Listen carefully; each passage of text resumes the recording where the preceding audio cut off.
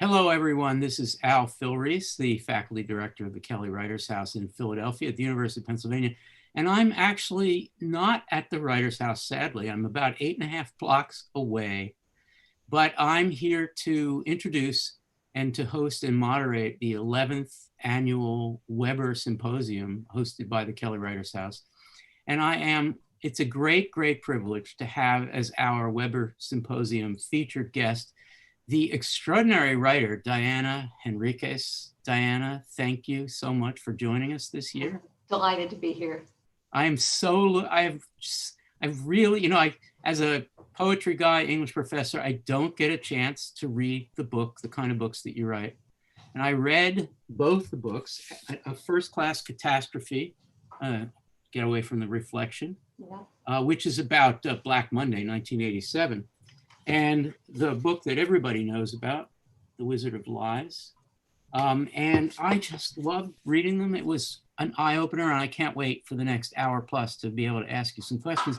Before I describe what the setup is going to be, how we're going to do this, I want to introduce Stacy and Jeff Weber, who are going to join us here in a second.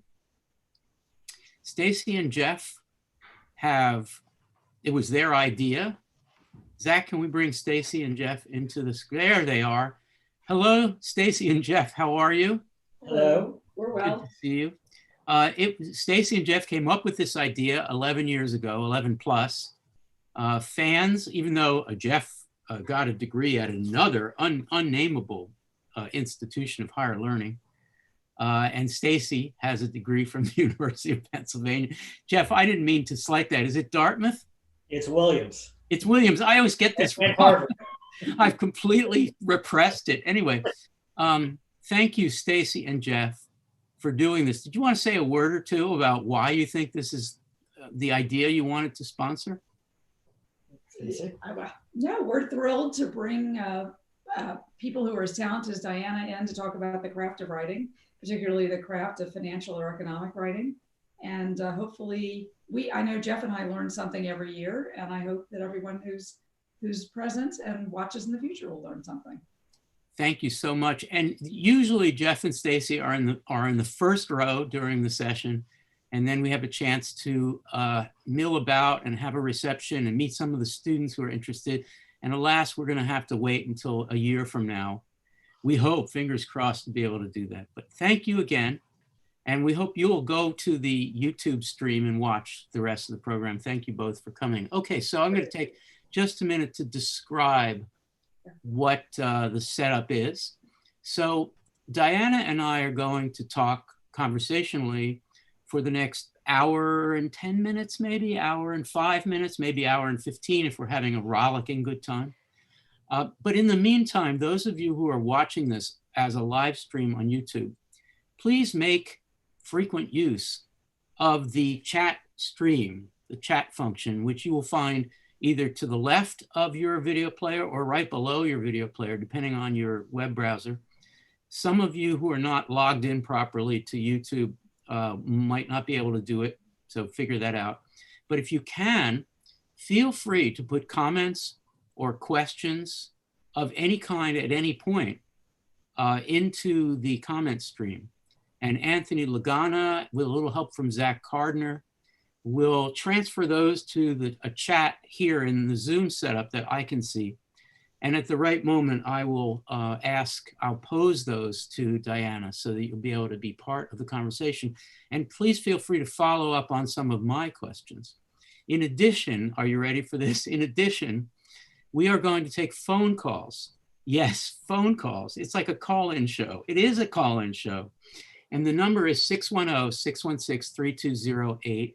And I believe Zach is sophisticated. Zach Cardner, who's doing our video, is sophisticated enough to post that phone number on the screen, 610-616-3208. If you call that number, and I know there's at least one bold person who's going to get us started with that.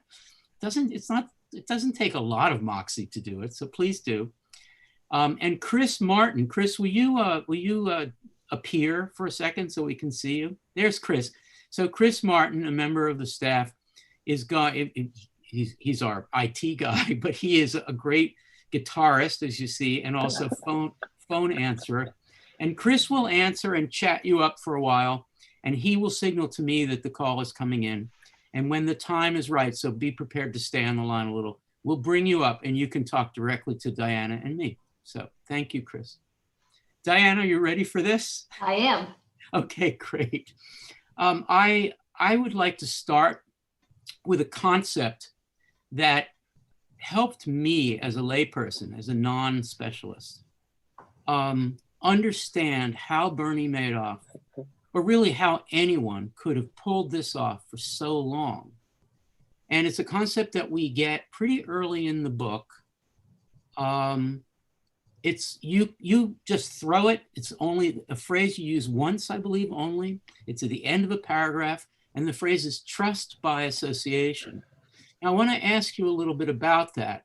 But before I ask you to explain that, I wondered if you would read a passage. I will point out what passage it is. The setup is that Mike Engler, Mike must have been his nickname. I can't remember what his real name was, Meyer or Myron, I think. Yeah, Mike Engler of Minneapolis, who connected with Bernie Madoff in maybe as early as 1969. And I'm guessing that your research extended to talking to some of the people whom Engler brought in. Yes, he had passed away before my research, but yes, I did speak to some of his former clients. Exactly. And so really doing the work of journalism, you met someone you call a Minneapolis widow. You don't name her. I'm sure there's a reason for that. And on pages 66, 67, and 68, you briefly describe what she told you, and this reflects on this concept. So, Diane, if you don't mind reading on 67 from Engler was also a member. You see that halfway down the page? On 67. Through to the end of that section, she sent in her money on the next page. Sure. Thank you. Sure.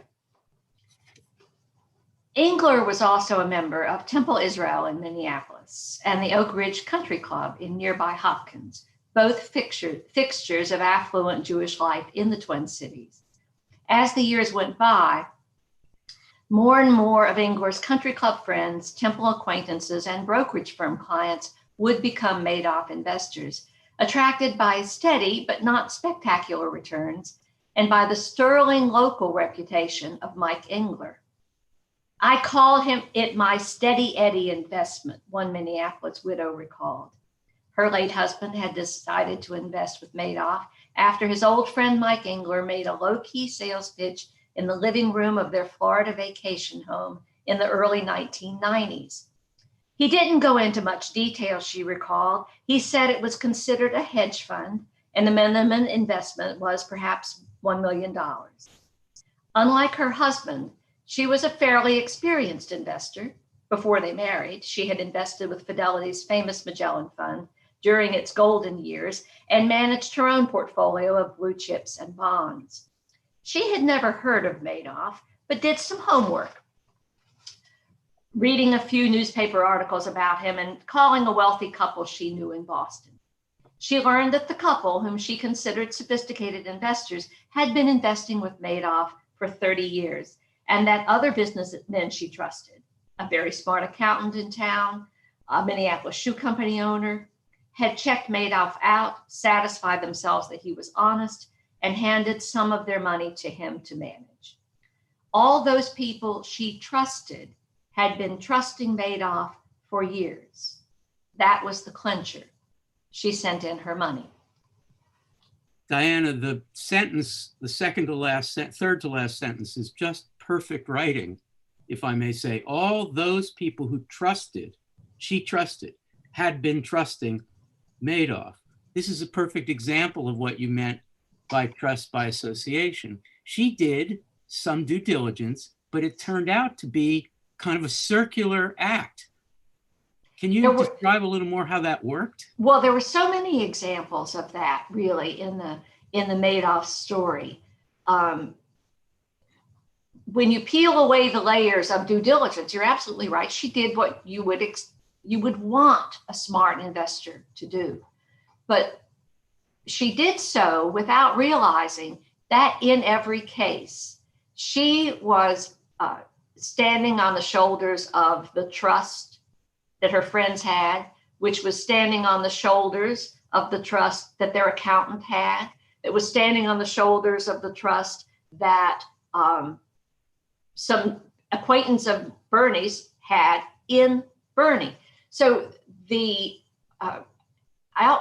was sort of like hijacking other people's trust for his own uses.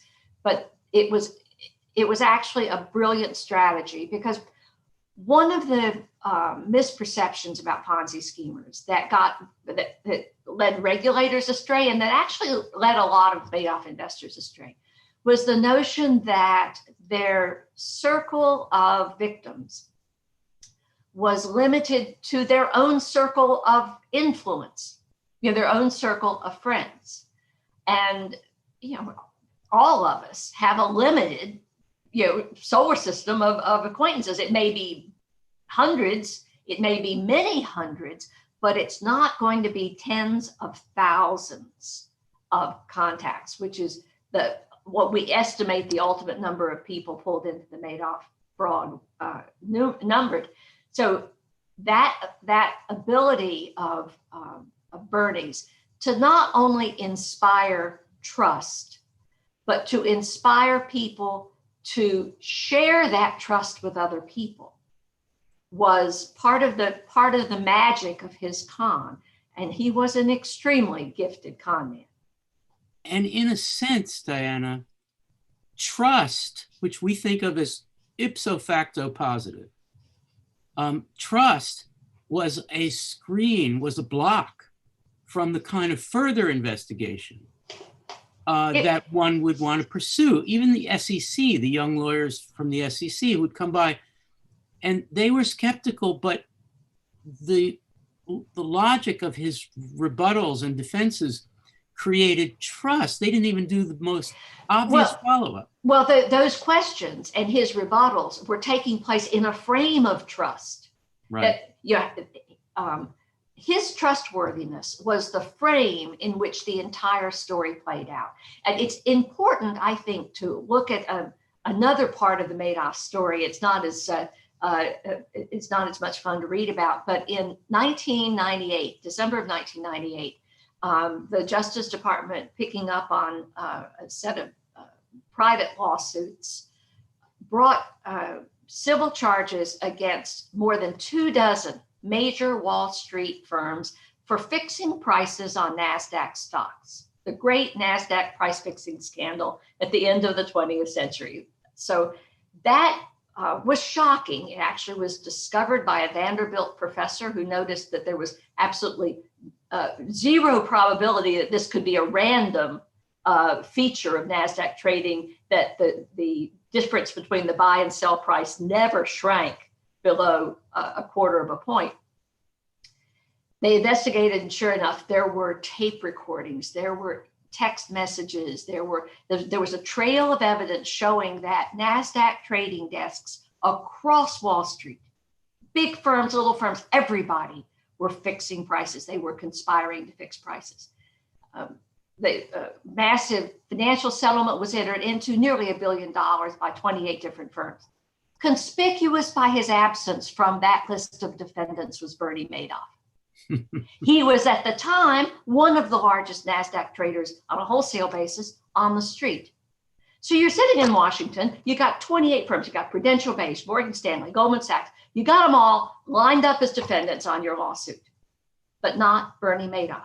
You would be forgiven, Al, for thinking at that moment that Bernie Madoff is the only honest man on Wall Street, wouldn't you?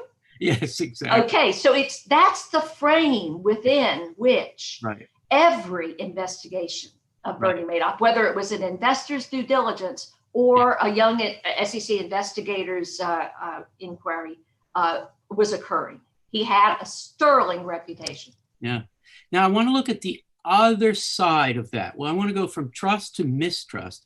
But before I do, I want to repeat the phone number so that the first brave caller can call 610-616-3208, 610-616-3208. And we do have a question, a comment from Mandana Chaffa from New York, who worked at NASDAQ for many years.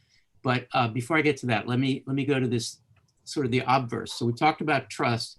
Now I want to talk about mistrust. So when Henry Markopoulos, do I pronounce it Markopoulos or Markopoulos? Markopoulos is how Harry Markopoulos. pronounces it. Okay. Does he go by Harry or Henry? Yeah, Harry. Harry. When Harry Markopoulos. with, really figured this thing out, the Madoff story, he was dislikable. He was dislikable. He was sexist. He loved opaque business language. But he had it figured out. And because people didn't like him, that was one of the reasons you show that people didn't follow up on his 3 attempts. Yes. Well, as I say, Bernie was as lucky with his enemies as he was with his friends. He had friends like Mike Engler, who gave him access to countless investors who never would have heard of him. But he also had enemies like Harry Markopoulos, whose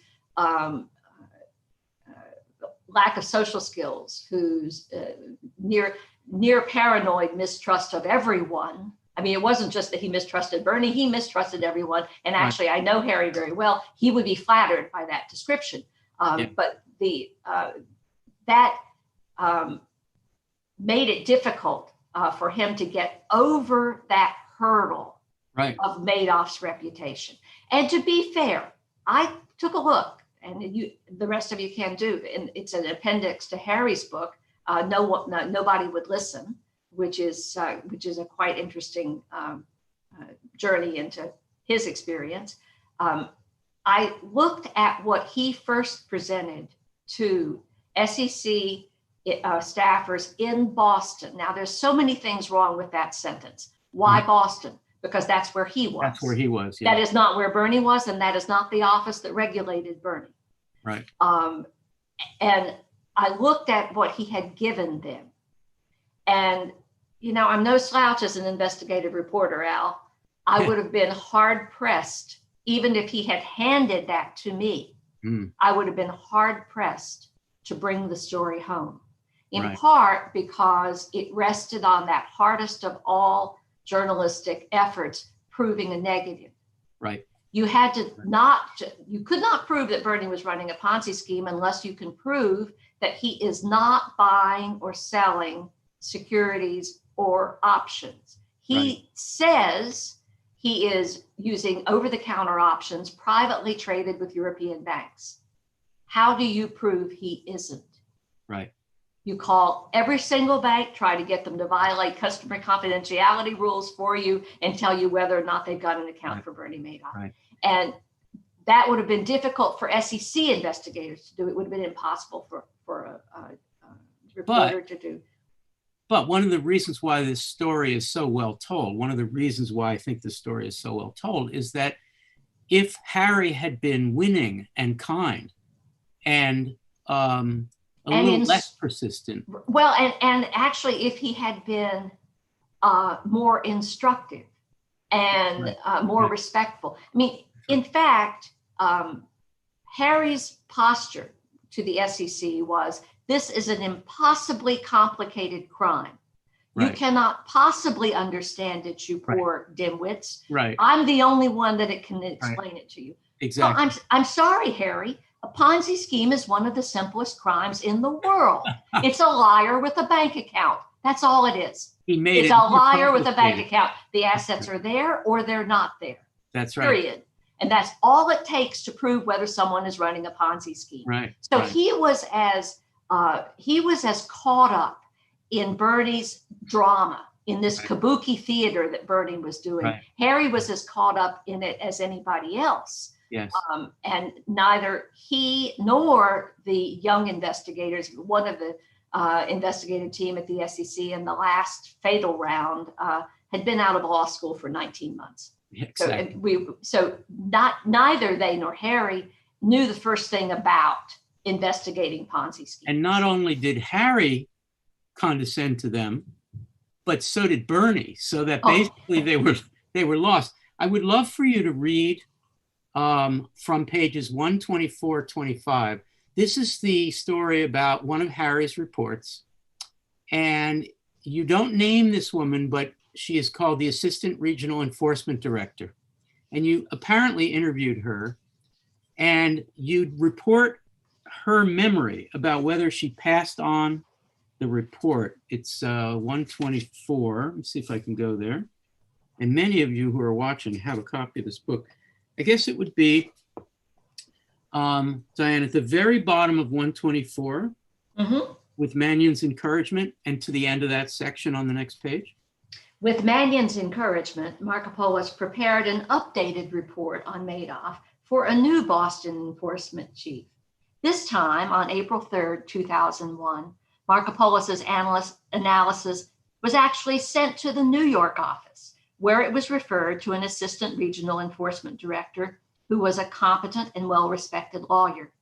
A day later, she sent her supervisor an email saying that she had reviewed the Madoff complaint, but didn't think it warranted further investigation. I don't think we should pursue this matter further, she wrote dismissively. Reading the Markopolos document years later, she was mystified by her decision, which she said she did not even remember making. My impressions are that this is a document that I probably would have needed to consult somebody about, she said. I hope I consulted somebody. I honestly don't remember, she added. I also would have thought that the author of this document was odd, to say the least. But I hope that would not have led me to dismiss this, but I just don't recall. I assume that this is an interview with you. Actually not, no, it was an interview with the Inspector General of the Securities and Exchange Commission, deep in the exhibits of a 400-page report. One of the challenges of writing nonfiction, narrative nonfiction, is finding dialogue. And I've dug out dialogue from as many corners of this world as you can imagine. But she was questioned about that in the postmortem that the SEC performed. As it happens, she is someone I know. So I know who it is. Yes. Since she was recorded and under oath for that conversation, why would I not rely on that? Right. That is perfectly chosen. I'm really glad I asked you to read that. It's perfectly chosen. It causes me to think two things.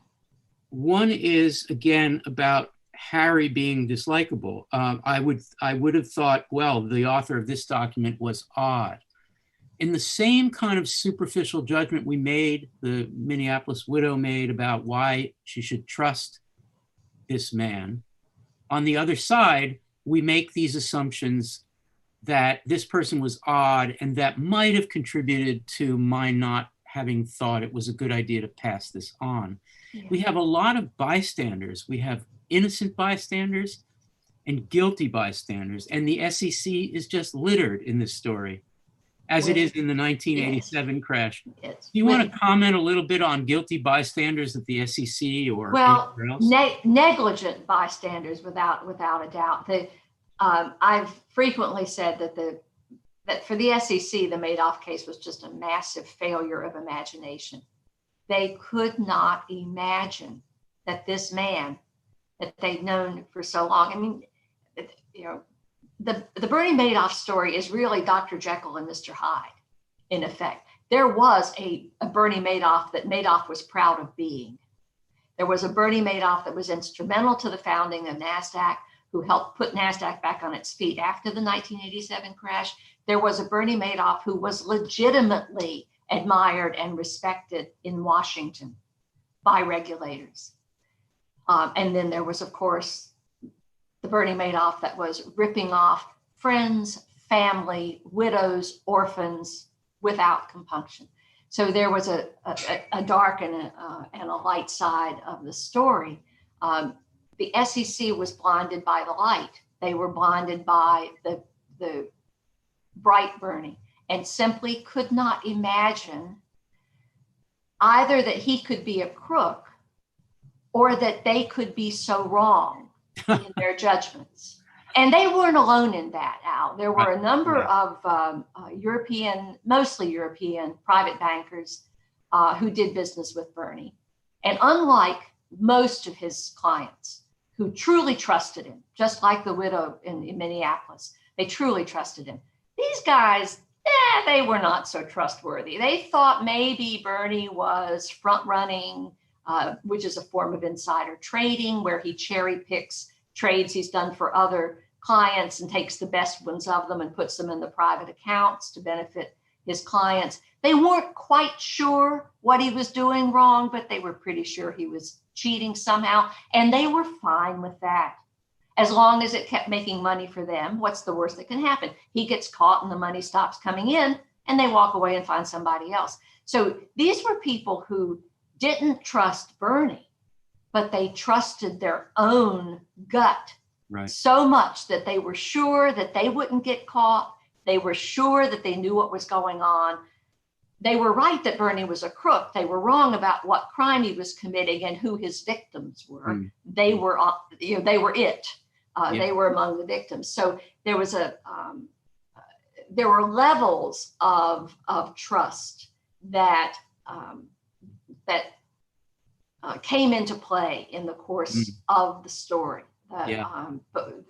And as you said earlier, it is absolutely a two-edged sword. We are accustomed to thinking of it as a positive thing, and it is absolutely true. Modern commerce can't function without trust. We're all ordering things online these days from people we've never seen and only hope that they actually exist. So that's all a leap of faith. And most of modern commerce is a leap of faith. The bank is in the mail, direct deposit, bill paying services. So we have to have trust. And that's the only tool a Ponzi schemer needs to steal from us.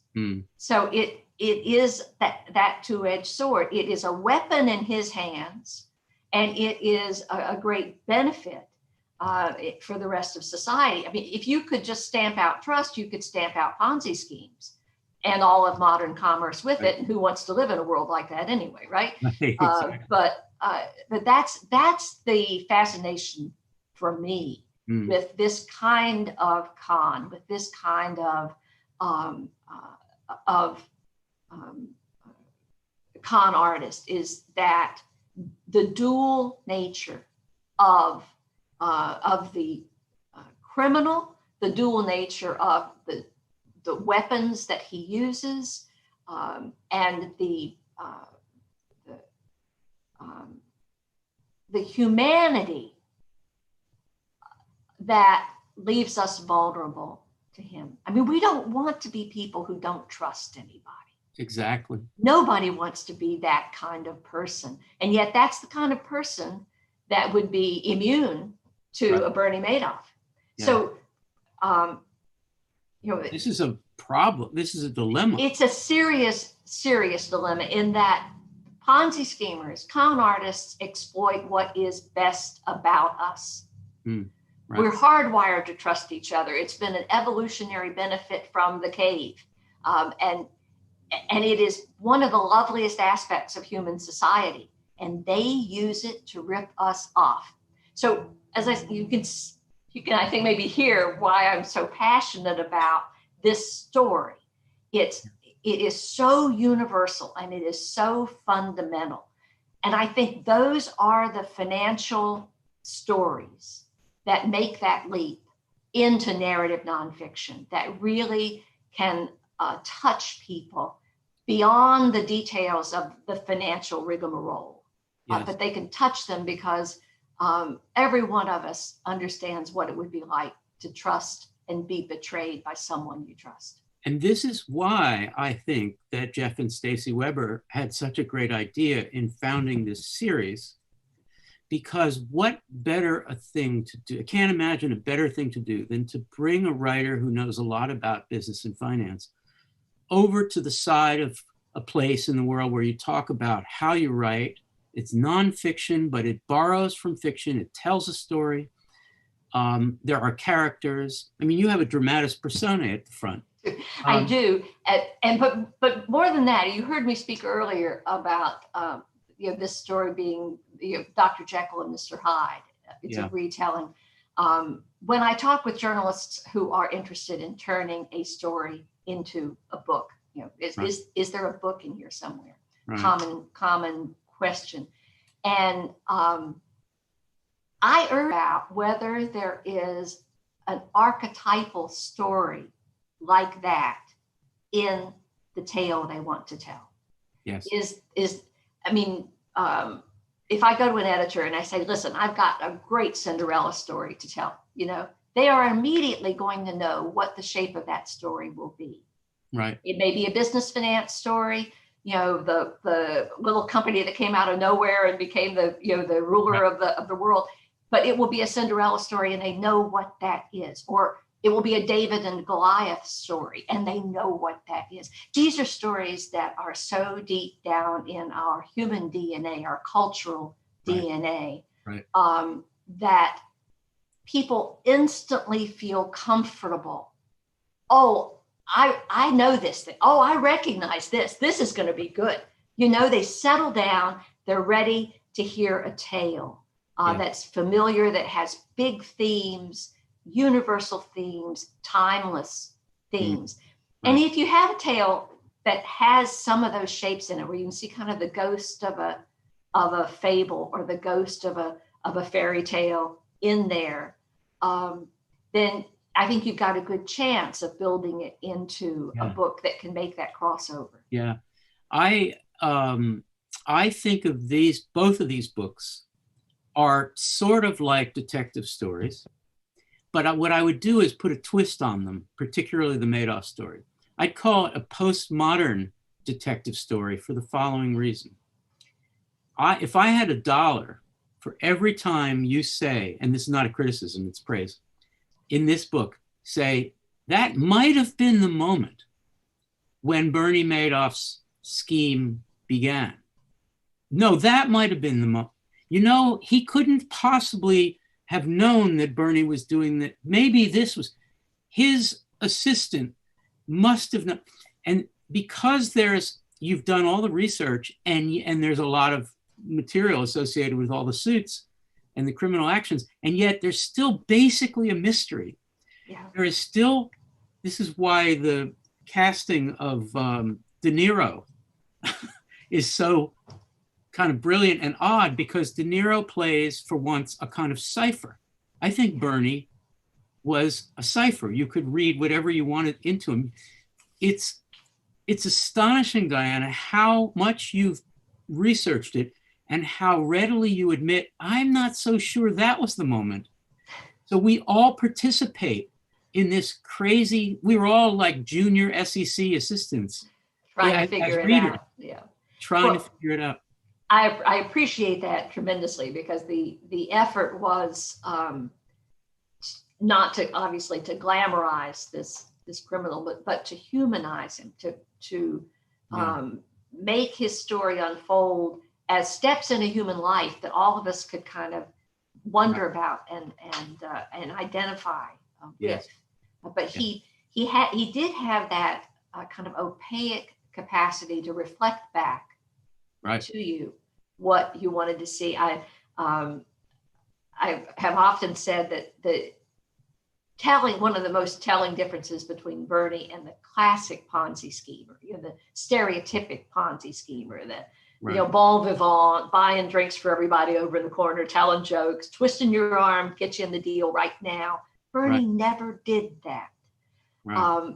The classic Ponzi schemer always wanted to seem like he was the smartest guy in the room. That's right. Bernie made you feel like you were the smartest guy in the room.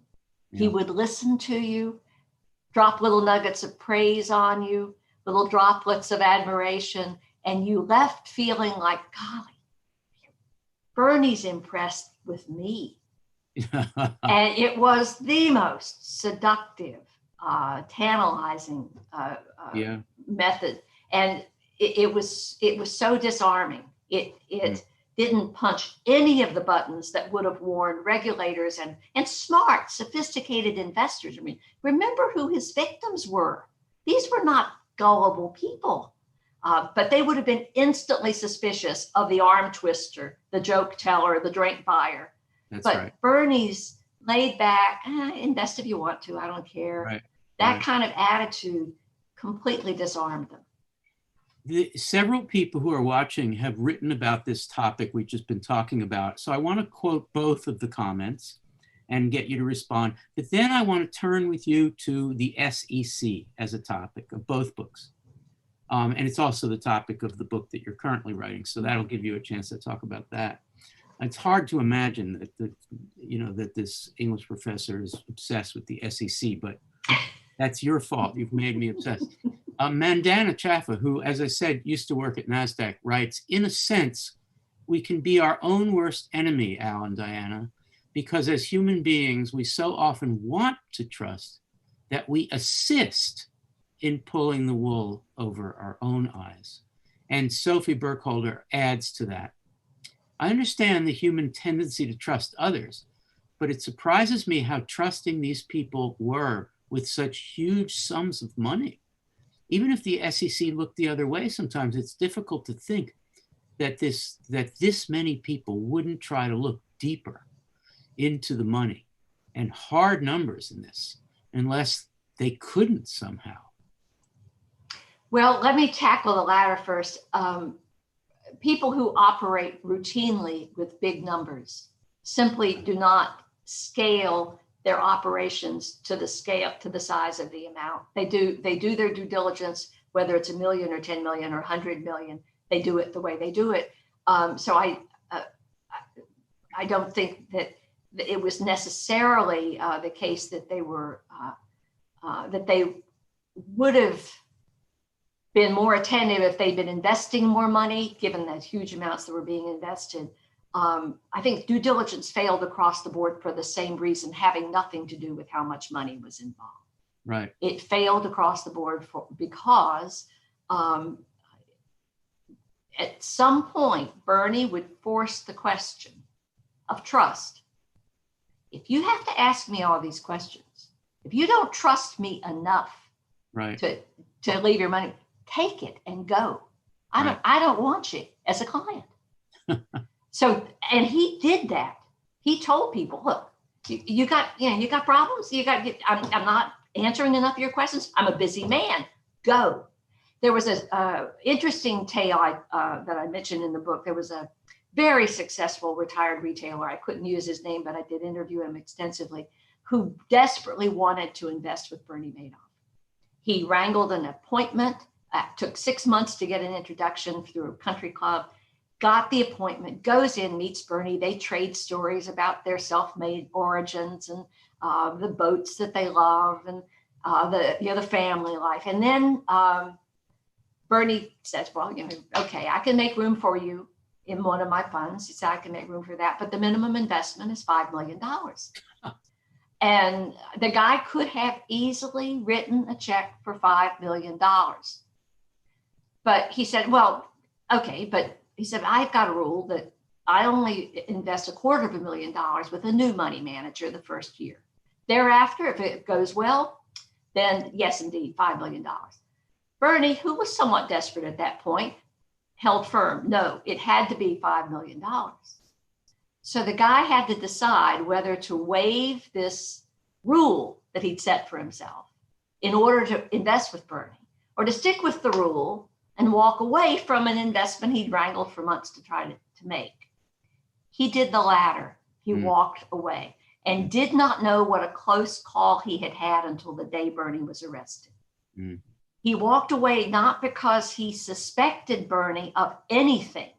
He walked away because he had rules that had served him well in the past, and he didn't waive them even when he was tempted to do so.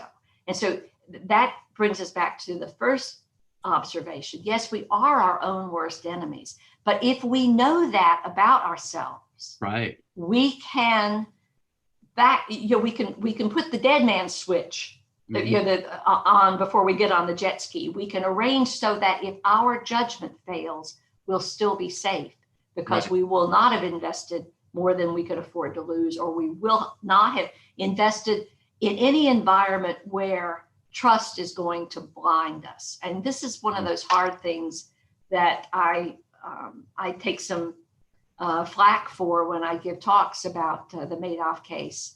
Don't invest with people who are good friends. Don't invest with people who are family members, because you want to be able to trust them.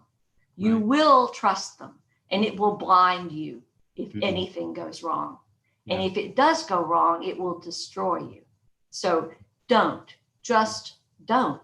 And because if you set yourself up in a situation where you're going to have a blind spot the size of the planet Jupiter, then obviously you're vulnerable to the worst that men can do. I thank you, and thank you to Mandana and Sophie for the questions. I want to turn to the SEC, but Diana, forgive me, I want to set it up by making a big statement that could be wrong, but I think I believe it firmly, having just read these two books. One of the reasons why you, I think brilliantly, refrain from indulging in what might have made it even more of a popular book. The Madoff book is already, a bestseller, but it might have been even more salacious. You refrain from doing any kind of psychoanalyzing. You refrain from doing what lots of us do when there are public figures or notorious people who are just lying through their teeth for years. It's a fascinating thing, right? Even with the relationship between Bernie and Peter, you tell us about Peter and how it's a family thing, but you don't go very far with it. You leave that alone.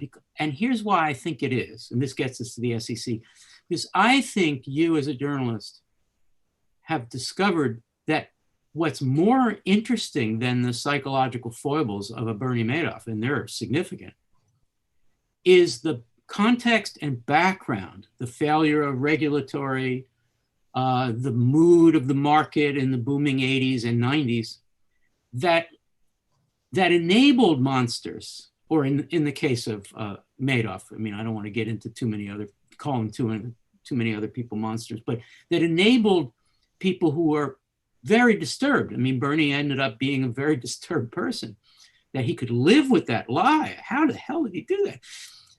And I think you do that because your commitment as a scholar, writer, researcher is the larger context, which is sort of why you keep going back further and further back to the origin of the failure of the Securities Exchange Commission. So that's my setup. Did you want to comment on that before I get to it? Am I wrong?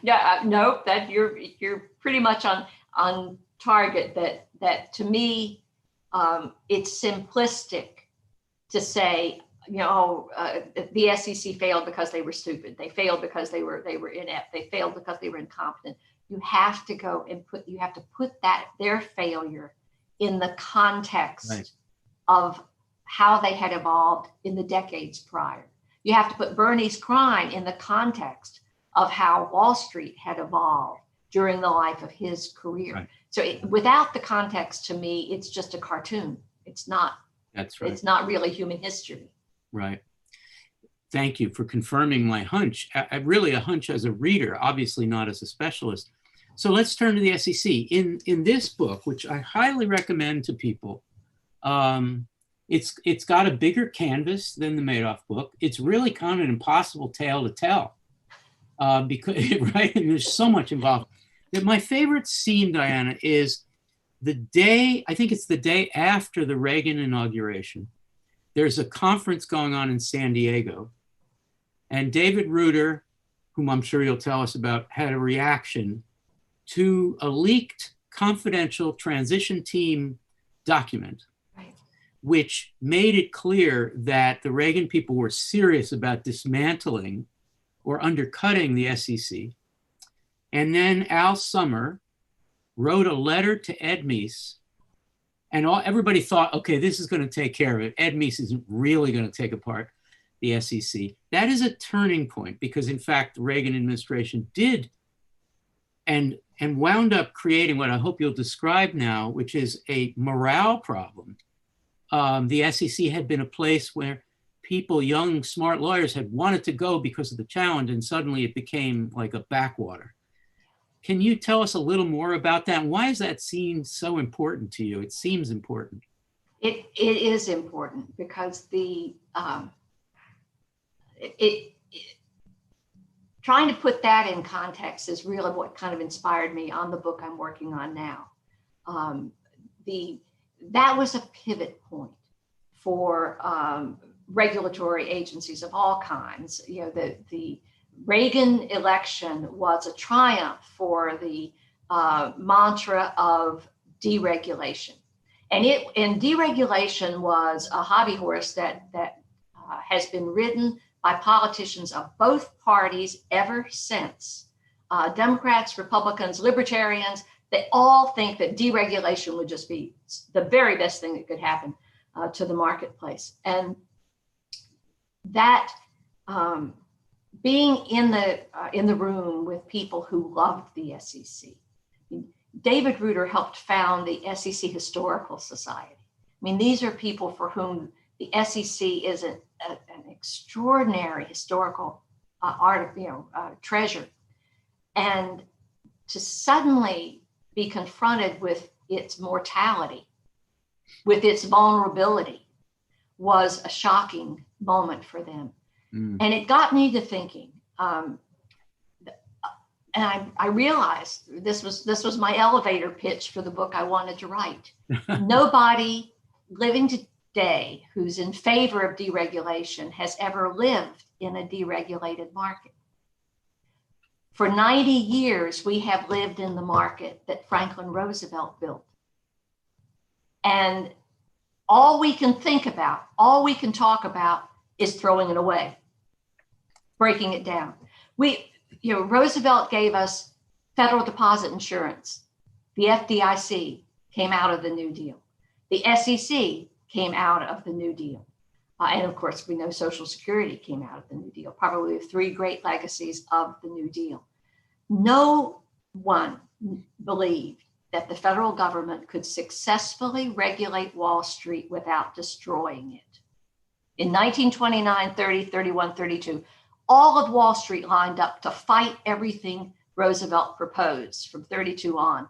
And they were not just, crustaceans. They were not just, mossback, don't change anything. They truly believed that it would destroy the greatest capital market in the world if you tried to impose federal regulation on it.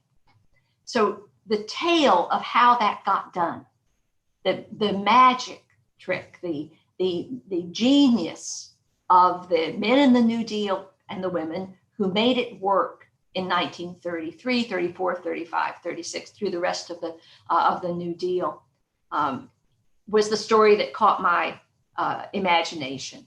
And so I wanted to take the SEC, having seen it at its most stressed in 87, having seen it at its worst in the Madoff story, I wanted to go back and see its birth. I wanted to see the bright, shiny, incredibly innovative, unprecedented agency that it was when it was born. Yeah. And that's what I'm working on now, with the hope that it will reacquaint us with the idea of, first of all, of why self-regulation by Wall Street is a really bad idea, but also with what it takes to do really big things like that with our federal government. We're facing gigantic challenges in our world today. And I think it's useful to go back and look at Roosevelt's simple effort to regulate the world of finance. He did so much else. Let's just look at that and see how it worked. It wasn't a magic formula. You can watch what he did and see what worked, see what got it going. And I hope by telling that story, I can excite people again about government's ability to do big, good things in the public interest. but it's also an incredible tale. First chairman of the SEC, Joseph P. Kennedy. That's Joe right. Kennedy, the father of President Jack Kennedy, Right. who probably had broken every rule the SEC imposed.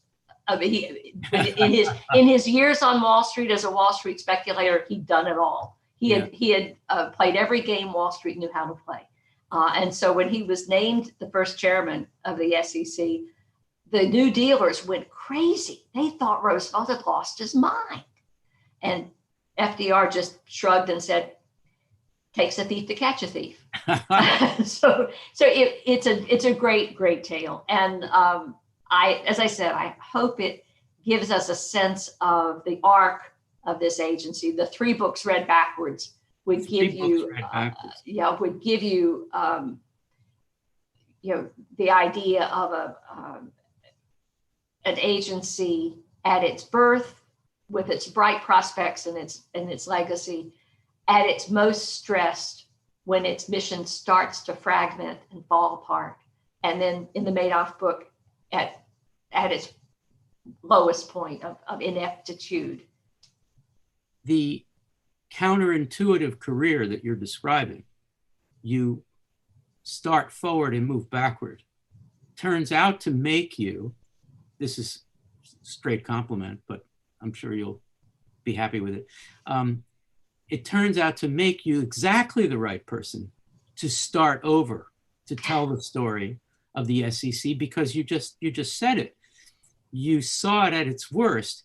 And rather than saying, oh, the SEC screwed up because they sent a bunch of young people to deal with Madoff and he snowed them, it's not about those young people. It's about going back to 87 and then back to the inauguration in January of 1981 that took the teeth out of it, demoralized people, got rid of Stanley Sporkin, I think, a great SEC leader, in favor of John Shadd, who turned out to be not so opposed to regulations people thought, but had made some terrible mistakes. He did, and made mistakes for trusting Wall Street too much. Exactly. He had too much faith in Wall Street's morality. And when the Milken case, the junk bond trading cases, and began to break, the story so brilliantly told by James Stewart in the book Den of Thieves, when he was confronted with those cases, it so profoundly shocked him that the people the world he had spent his life in had I say in the book, he must have wondered, was it possible that it had become so corrupt so quickly since he had left it, or had it always been that way and he hadn't seen it? Right, exactly. And that was the tragedy of his disillusionment there. There's actually I'm sorry, I interrupted you. No, it's okay. It turns out that having pondered the SEC in A First-Class Catastrophe, describing the 1987 crash, then writing the Madoff thing, there is nested into the Madoff book, and I'm about to point it out for you, a beautiful summary of the demoralization of the SEC. I know exactly the passage you mean. Yes, and this turns out to be, I'm going to guess, a germ of the new book. Your ability to describe this, it's on 7980 of the Madoff book, and I wonder if you would mind reading that. Maybe the passage, Diana, will be obvious, but I can tell you which I had in mind. Yes, it's kind of a long passage. So I'm wondering if you would read from, I think from the top of 79 to the very couple of little lines at the top of 80, the end of that paragraph on the top of 80. This is about the SEC in relation to this story you're telling. After slouching through several decades, the commission had pulled up its socks in the 1970s and gotten serious about tackling the revolutionary changes on its turf, from options trading to insider trading. Congress, tacitly acknowledging that it had starved the commission for a decade, began providing an almost adequate budget, By the end of the 1970s, the agency had stepped up its supervision of the nation's burgeoning mutual fund industry, pushed for tougher industry supervision of brokers, and developed new rules to govern hostile takeovers. Its work was challenging and interesting, and many bright, ambitious lawyers wanted to be a part of it. Some of the brightest and most ambitious wanted to work for the SEC's fabled Enforcement Division Director, Stanley Sporkin, a fiercely committed public servant who had been at the commission for 20 years and had zero interest in using the job as a stepping stone to a lucrative law firm partnership. Young staff lawyers prayed for a chance to work with him and blessed their luck if they landed one of the tough, innovative cases that drew his attention. In 1981, Sporkin was moved out of the SEC by President Reagan, who also tapped John Shadd, a lifelong veteran of Wall Street, as the commission's new chairman. Shadd was less hostile to the SEC's mission than the advocates of deregulation had hoped, balking at the deep budget cuts demanded by the new administration. But although he knew the street had its black hats, he believed firmly that it, quote, was essentially an honest place, fully capable of policing itself.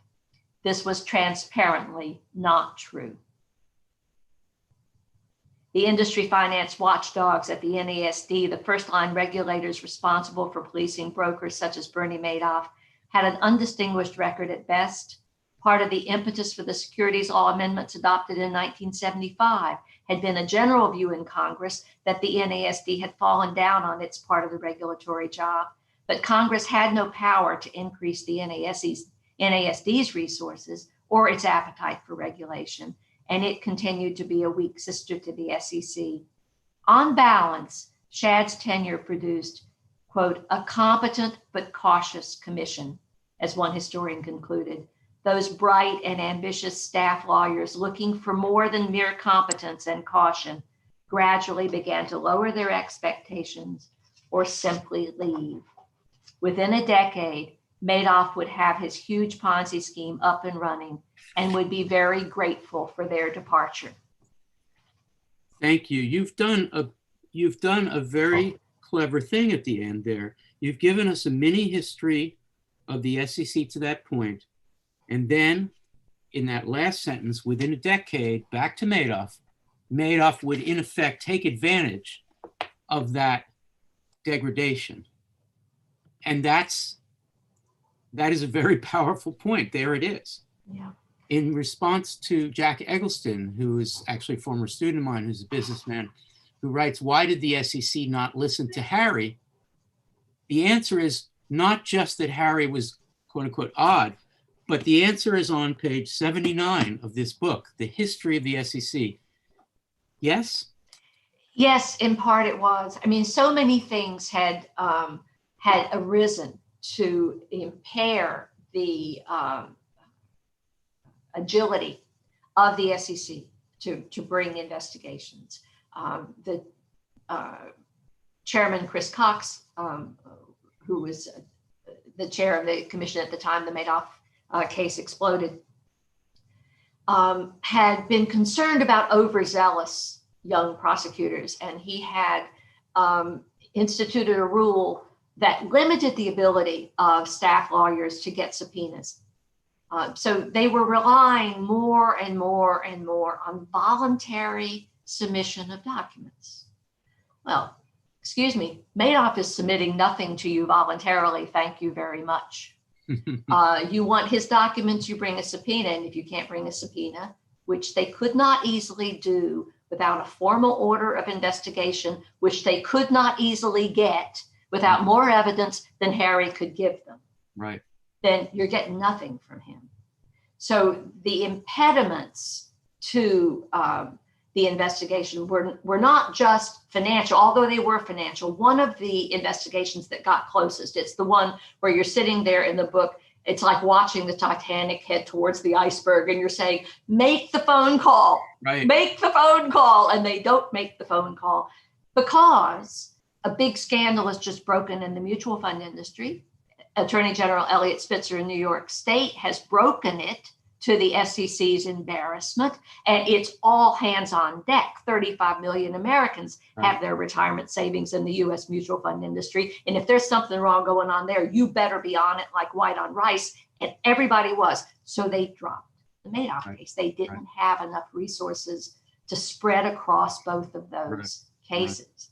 So it was a tragedy of errors, not a comedy of errors, but it was the inevitable consequence of chipping away decade after decade after decade at the competence, at the budget, at the morale, at the experience and the seasoning, at the aggressiveness of a regulatory agency.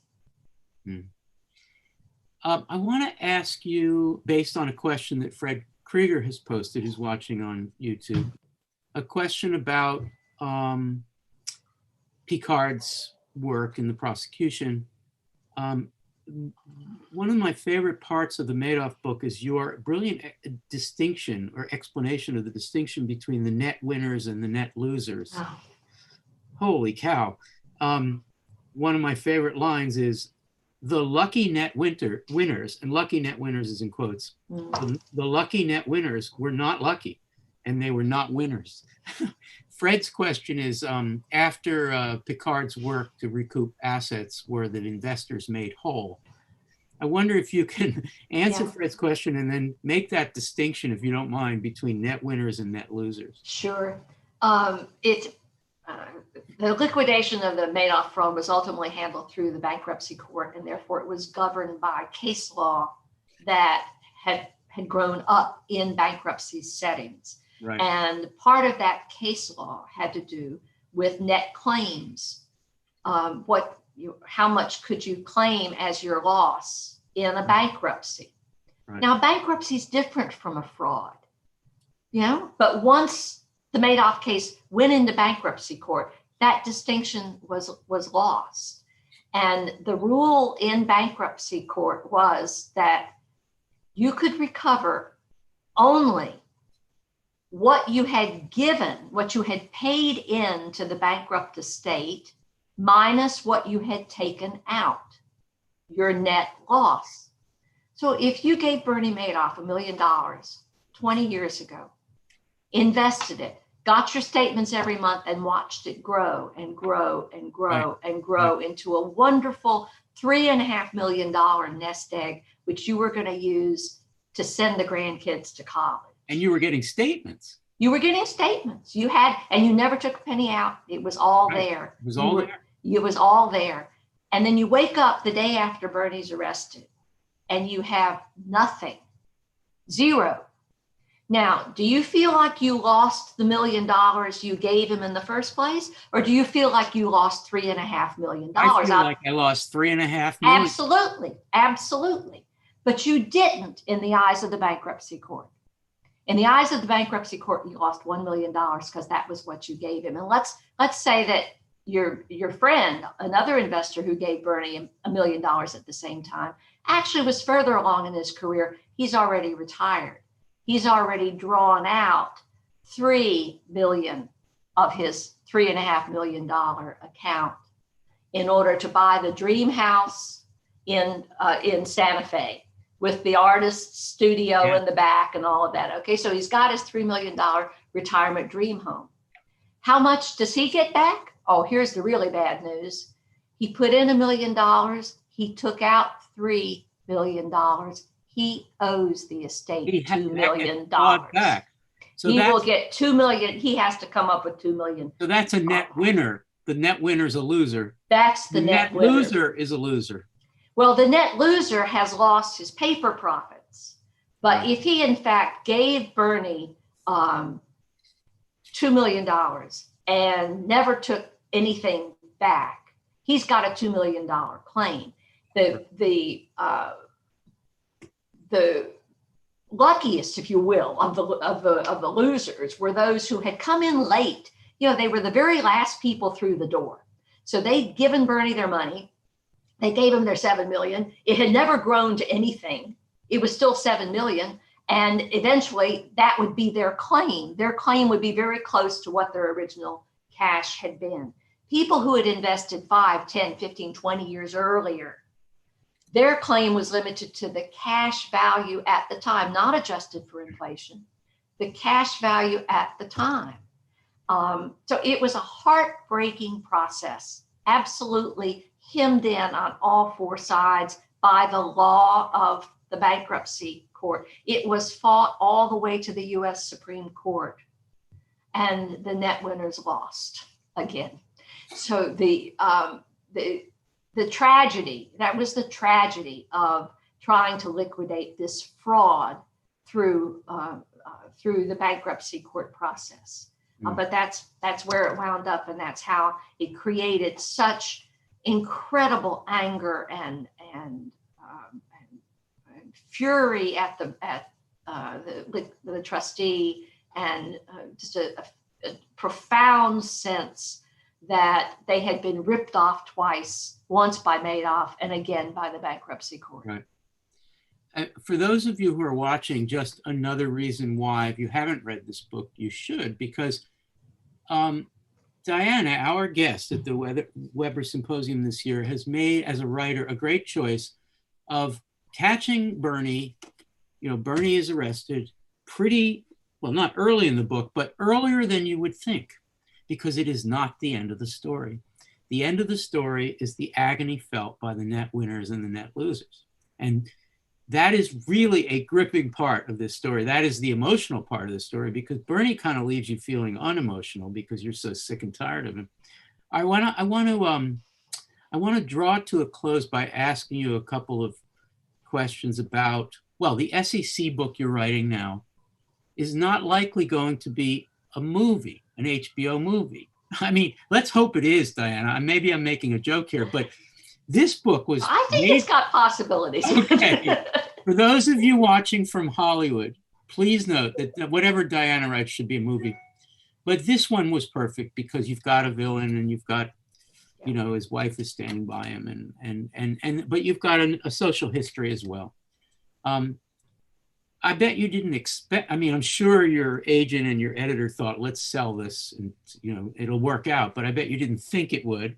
So you want to tell us a little bit about that experience? Yeah, it was utterly unlooked for. I mean, my literary agent had the genius to bring in an agent who specialized in adapting written material for other medium. And he approached a couple, I mean, I can't tell you who else might have done this movie, but it was kind of exciting. But he approached Tribeca, and Jane Rosenthal, Robert De Niro's partner, really loved the book as a vehicle, the story as a vehicle for him. It's not widely known, but I'm certainly not telling any tales out of school. Madoff's father was the victim of a con man. He was an extraordinarily talented expressionist artist of great renown, and his agent stole from him, trusted by everyone at all the birthday parties and all of the family gatherings. He was part of it, and he had been ripping De Niro's father off for years. So De Niro had a personal experience with this kind of betrayal.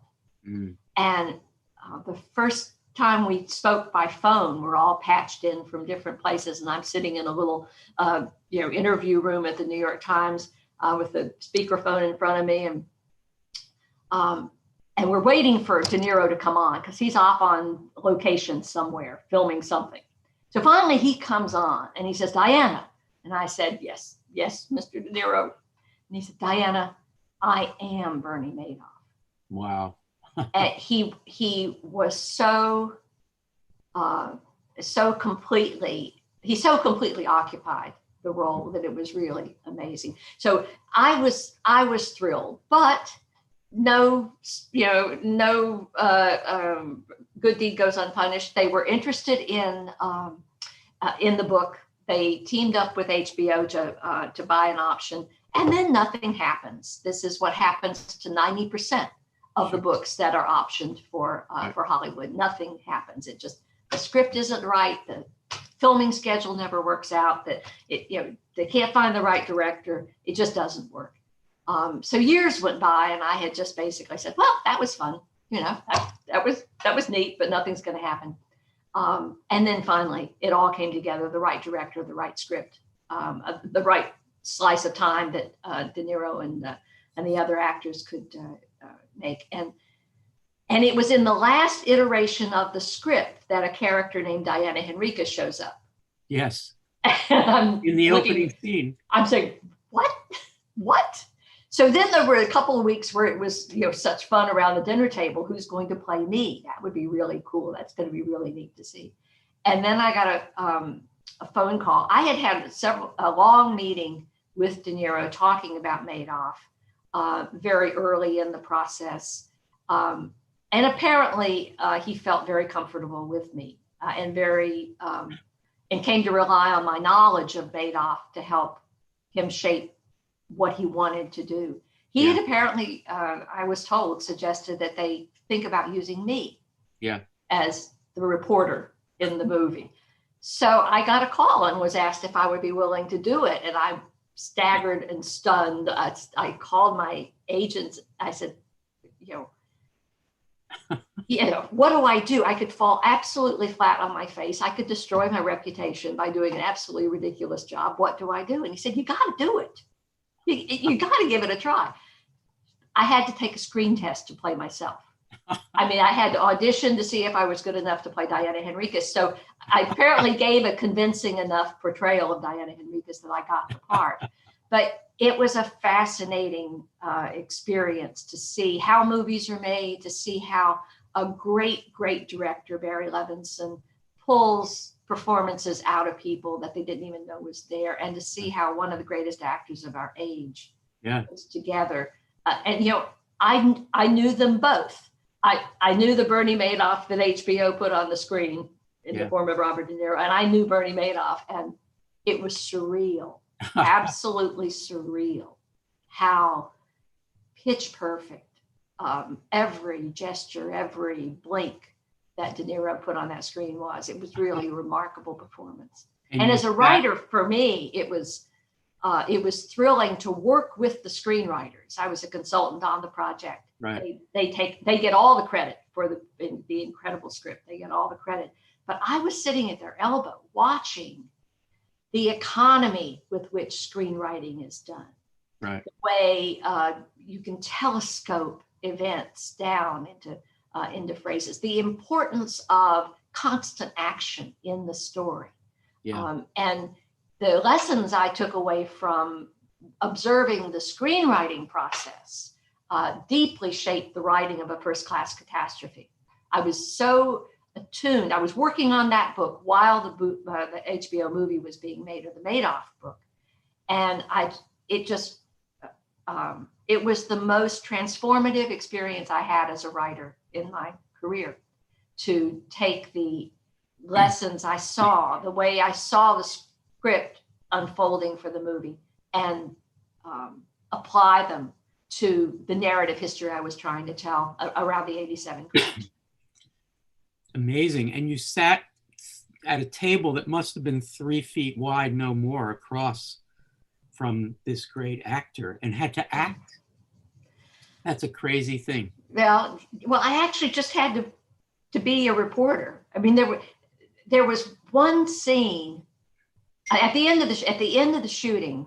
We had some time left on the union clock, and Levinson suggested that we just telescope all of the scripted scenes of that prison interview into one long take. Just start at the beginning with the scripted scene and then just go straight through one after another without stopping the camera.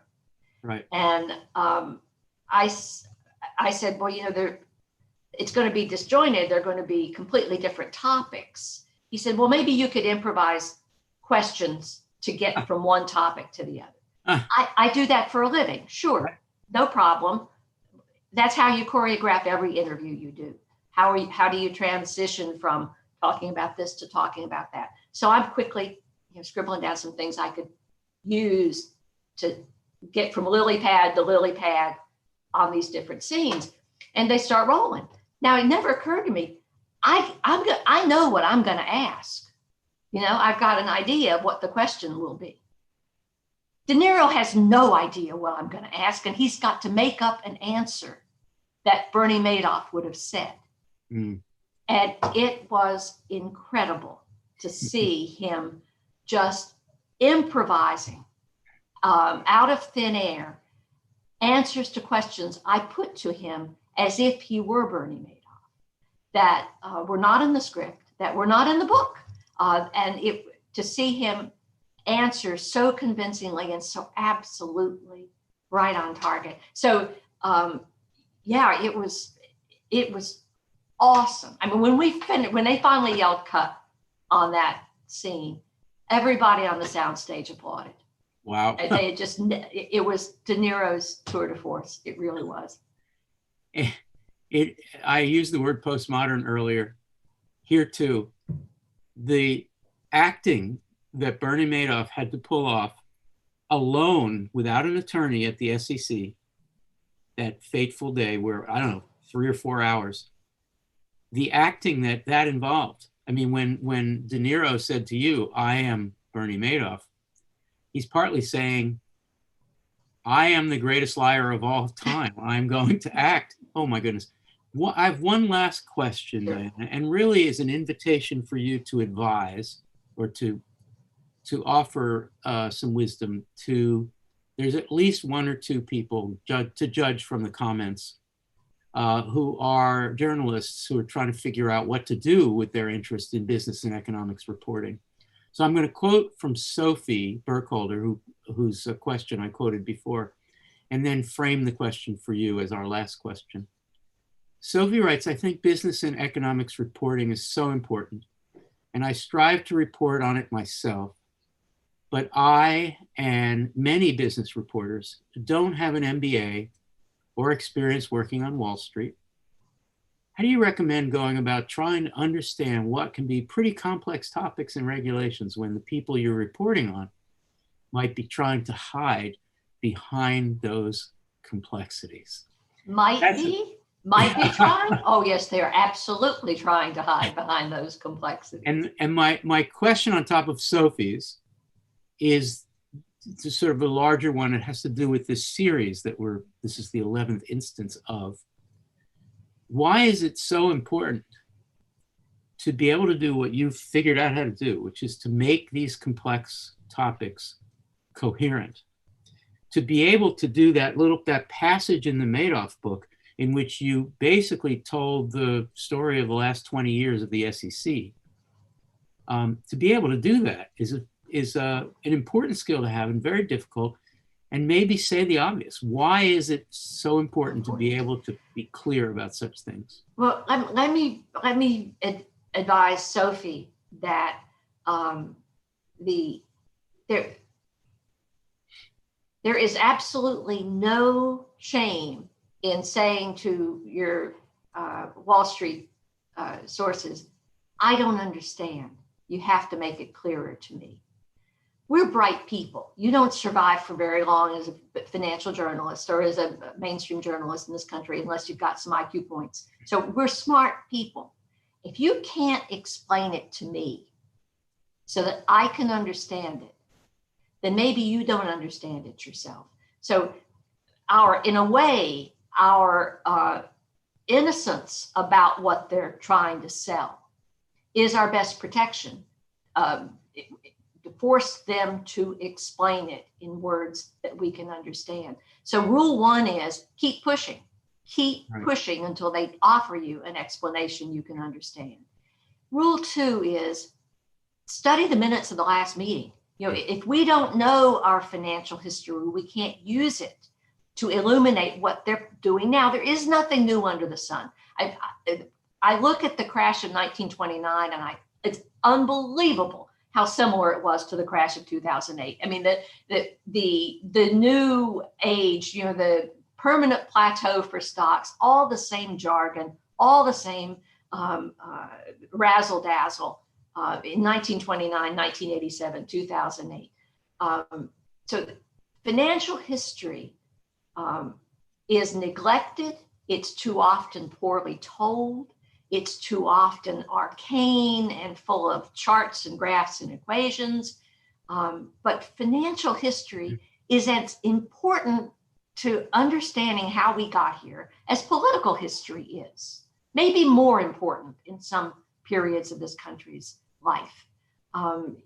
So it's critical that we as writers and storytellers do a better job engaging the public with the charm of financial history, the charm of our business history, so that people start to understand how important it is to having shaped who we are.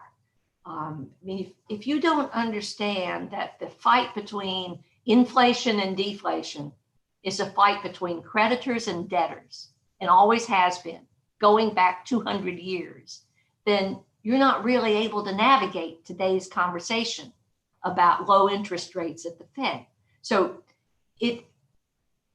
financial history is how we put what's happening now in context for our readers. And if we don't have that knowledge, then we can't share it with them. So it's, as you can tell, it's a passion of mine, telling financial history in a way that the average American can understand what its significance is to how we live now is what I've pretty much dedicated the years of my life to. What a perfect way to conclude, Diana. Thank you so much for that last comment. And I would reach out to Sophie. Sophie, you probably know how to reach me. If you reach me, I will connect you with Diana. And I'm sure that Diana can guide you in making whatever career decision is next. I can't wait to read the SEC book. How far are you still writing it, obviously? I am. The working title is Taming the Street, The Old Guard, the New Deal, and the Fight for the Soul of the American Market. It will be under the Random House imprint. It has been slowed, as everything has, by the closure of so many archives. That's right. Because of the pandemic. And I'm pressing ahead with it in hopes that I've got about a year's work left on it. That's very but so I'm excited to, I think optimistically it could be out very early 2022. Fingers crossed for that. But let's all behave ourselves so that we can get the archives open quickly. Yes, right, exactly. I'm struggling with the same thing, finishing. And so many people are. Yeah. That is just such a fun thing. Despite the pandemic, you're hunkered down writing. This is what you do. This has become, Sophie just said, will do. Thank you. Yes, I see that. This is what you do. You're a journalist who has figured out how to write books as your job. And it is I know how exciting and what a privilege. How lucky I am. Lucky indeed. How incredibly lucky I am. Yeah. This has been a great example of the Weber Symposium. And I want to thank Stacy and Jeff Weber, who I know are still watching. Yes, right? Snaps for Stacy and Jeff. Mingo Reynolds, who's coordinated it. Chris Martin, who joined us and didn't get a phone call, but you can call Chris now at 610-616-3208. Chris, thanks for joining us. Zach Cardner. Hey, Chris. Sorry you didn't get a call. I don't know why. He's there and then he's not. Yeah. Oh, it's okay. Yeah. It was a great conversation. Thank you. It takes a certain bravery to call in. And Zach Cardner, who did the rest of the tech, we're so appreciative.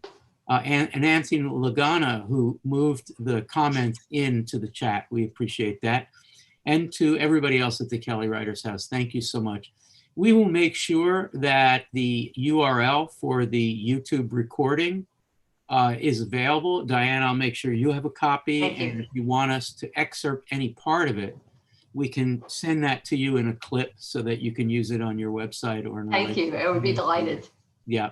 Thank you again, Diana. This has been so much fun. Really. Thank you, Al. I had a ball. Okay. And thank you all for watching.